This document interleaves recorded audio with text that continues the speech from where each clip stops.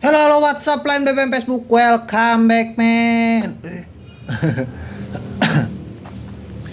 Jadi di video kali ini saya nggak berkonsep seperti apa, cuman saya mau sedikit menjelaskan aja tentang bahayanya gigitan ular. Karena banyak yang nanya, Mang kalau digigit ular itu kayak begini, itu gimana pengobatannya? Terus Mang kalau digigit ular ini gimana? Terus efeknya seperti apa? Wah, banyak banget pertanyaan-pertanyaan seperti itu.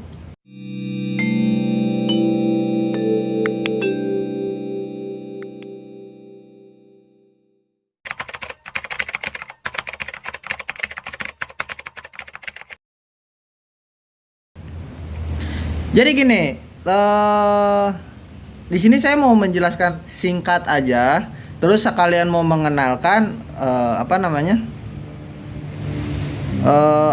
itu teh luka-lukanya seperti apa, mulai dari yang parah, terus yang nggak begitu parah, terus nanti gimana cara ngobatinnya, gitu-gitu. Itu di sini saya cuma mau sedikit menjelaskan aja. Itu mah balik lagi nanti materinya kalau bermanfaat ya silakan bisa diterapkan. Tapi kalau misalkan, Mang saya ngerti Mang materinya yang dijelaskan sama Mamang tuh gimana, tapi saya nggak berani, mendingan nggak usah. Cuman yang penting menjadi pengetahuan aja, oke? Yang pertama, banyak kasus gigitan ular hijau ekor merah. Nah, atau dalam bahasa latinnya Trimesurus albolabris. Nah, itu banyak banget kasusnya, apalagi di wilayah Jawa Barat, di mana-mana juga banyak lah kasusnya. Nah, biasanya kalau digigit ular hijau ekor merah itu fase-fase pertamanya mulai dari yang misalnya yang standar-standar dulu ya.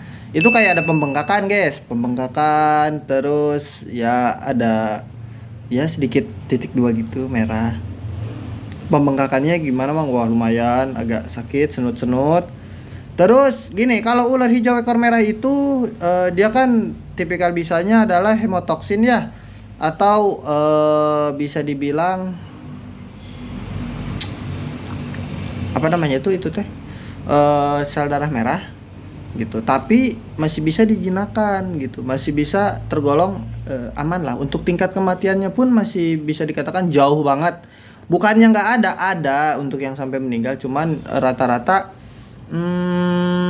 di usia rentan sekian. Terus ada beberapa faktor pendukung yang bisa sampai meninggal. Nah ini terus yang menuju arah parahnya kayak gini. Ini ada lepuhan-lepuhan begitulah ya. Kayak bekas dibakar gitu, melepuh-melepuh gitu kena air panas. Terus bisa sampai nekrosis Bang? Bisa. Nah kayak gini nekrosis. Nah, Mang, kalau misalkan pengobatannya gimana sih, Mang? Kalau baru pertama kegigit, nih, kita pertama kegigit nih, bengkak. Kita biasanya cukup direndam air hangat, terus diistirahatkan, jangan dibanyakin gerak gitu. Misalkan contoh di tangan. Di tangan kalian bisa mau nanti seperti ini boleh, mau dilurusin seperti ini boleh gitu. Atau ya senyamannya kalian, yang penting si tangannya diistirahatkan, tidak boleh banyak gerak.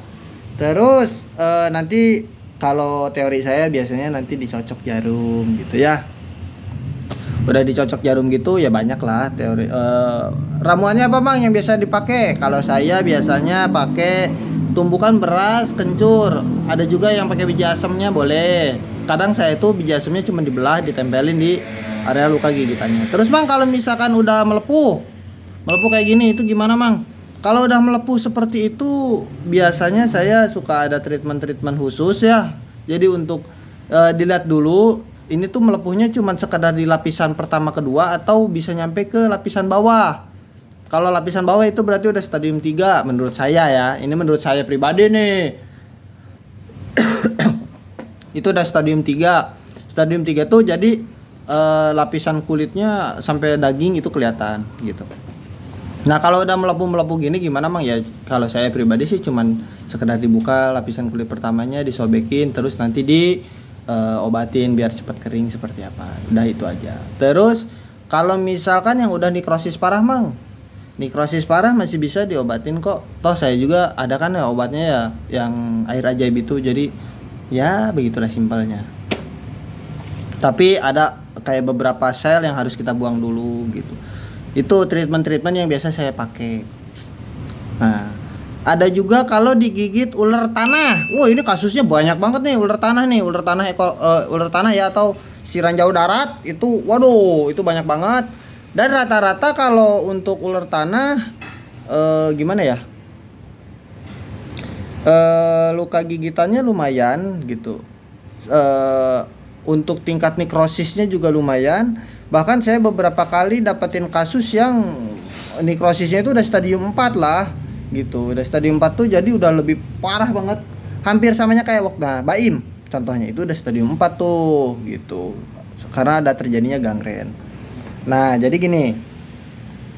Ya, treatment awal mah hampir sama lah ya gitu ya. Treatment awal kayak direndam air panas pakai garam, terus ya kayak dicocok dikeluarin si bisanya lewat si darah itu. Karena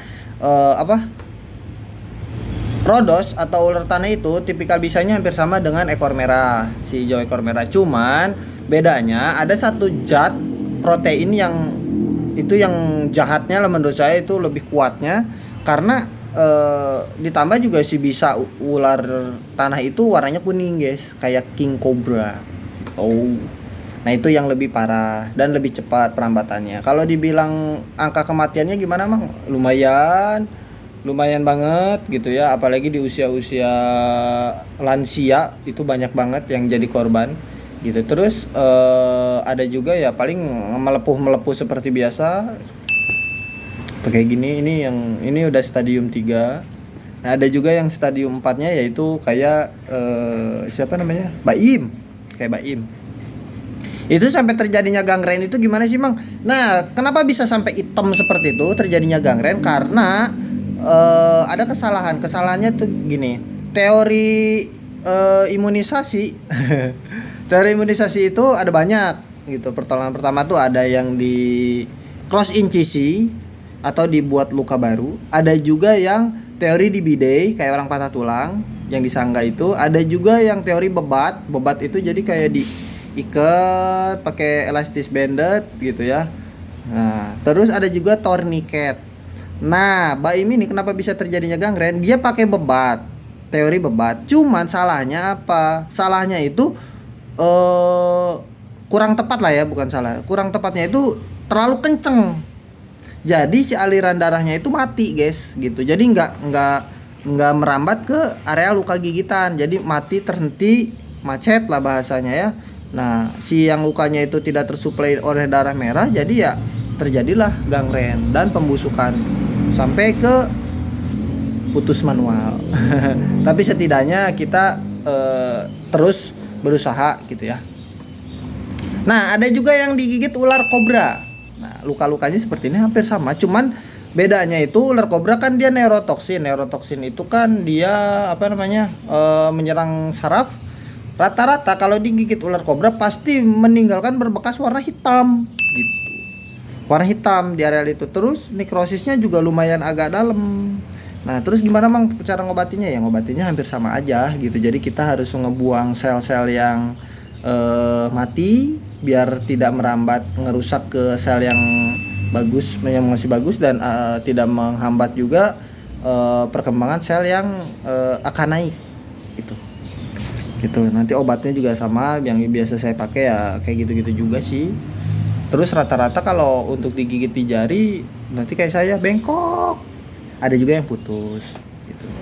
Terus digigit king cobra. King cobra itu dia memiliki 4 kandungan jenis bisa ular. Yang pertama neurotoksin, kedua hemotoksin, kardiotoksin, dan mitotoksin. Ya.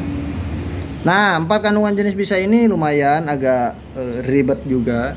Cuman alhamdulillahnya gini, digigit king cobra yakin mati Mang? Ya tidak juga ya, karena kematian itu udah balik lagi sama Allah Subhanahu wa taala gitu. Karena kita mah ya sekadar usaha. Terus kalau misalkan ya sampai tidak selamat lah, innalillahi wa inna ilaihi raji'un gitu ya. Berarti itu ada beberapa faktor pendukung. Mulai dari kayak perawatan di medisnya kurang cepat atau serumnya juga kurang ini. Tapi Mang bisa Mang pakai teori Amang digituin. Insya Allah sih bisa-bisa aja. Yang penting pada saat terkena gigit kita harus main cepet. Terus mindset si korbannya juga harus diperbaiki itu. Nah, ada juga yang terbaru, guys. Jadi ada bocah umur 8 tahun di wilayah Tegal digigit ular welang apa weling gitu ya. Itu sampai koma sekarang. Ya kita doakan saja semoga si ade ini cepat sadar gitu ya, karena neurotoksinnya welang atau weling gitu ya, itu teh yang gigit tuh ya. Itu langsung menyerang jaringan saraf kesadaran, guys. Bawaannya tuh ngantuk. Nah, ketika ngantuk-ngantuk itu jangan dibawa tidur.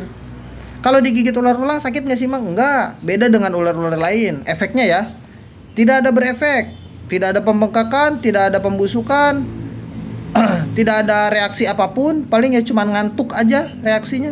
Kalau kita dibawa tidur ya koma. Gitu. Kalau misalkan udah koma gitu, bisa diselamatkan nggak sih, Bang? Insya Allah bisa. Kalau misalkan pelayanan medisnya cepat. Gitu. Terus nah itu spesialnya ular itu tuh bungarus itu ya. Ya gitu. Efeknya ngantuknya super. Makanya kita harus selalu jaga kesadaran. Kalau misalkan kita treatmentnya gimana, Mang? Yang pertama, kita tetap pakai teori air panas, pakai garam, terus ya kalau mau dikeluarkan keluarkan, terus harus selalu dijaga kesadarannya. Jangan sampai tidur. Nah, kalau udah gitu, tampar. Itu, saya juga tadi tuh ngantuk, makanya ditampar gitu. Jadi biar ngejaga terus kesadarannya. Kalau misalkan udah lewat, kesadarannya dibawa tidur gitu. Wah, itu ribet banget buat ngestabilin si sarafnya itu. Terus kalau digigit ular-ular lain gimana, Mang? Ya hampir sama aja. Yang penting gimana ya? Kalau saya sih cuman sekedar teori pertolongan pertama aja. Sisanya penyembuhan ya balik lagi ke Allah dan tubuh kalian. Karena digigit ular berbisa itu ada dua poin yang sangat berbahaya. Yang pertama psikologis, yang kedua biologis. Kalau biologisnya masih bisa dikatakan aman lah, karena banyak cara pengobatan yang bisa kalian pakai. Tapi yang utama itu adalah psikologis. Jadi psikologisnya kalau misalkan kalian terkena gigit ular, psikologisnya kalian harus positif. Jadi kayak aduh saya mati itu insya Allah saraf-saraf yang ada di tubuh kita dia akan merangsang, dan karena otak kita, pikiran kita mengsugesnya waduh saya digigit ini mati, saraf-saraf yang masih itu tuh akan error, nantinya akan mati. Dan itu sih balik lagi itu ya. Mungkin ya cukup sekian aja materinya, itu pengenalan tentang luka-luka gigitan ular dan treatmentnya seperti apa ya. Semoga sedikit materinya bermanfaat buat kalian dan selalu hati-hati. Oke guys, thank you yang udah nonton, see you, goodbye.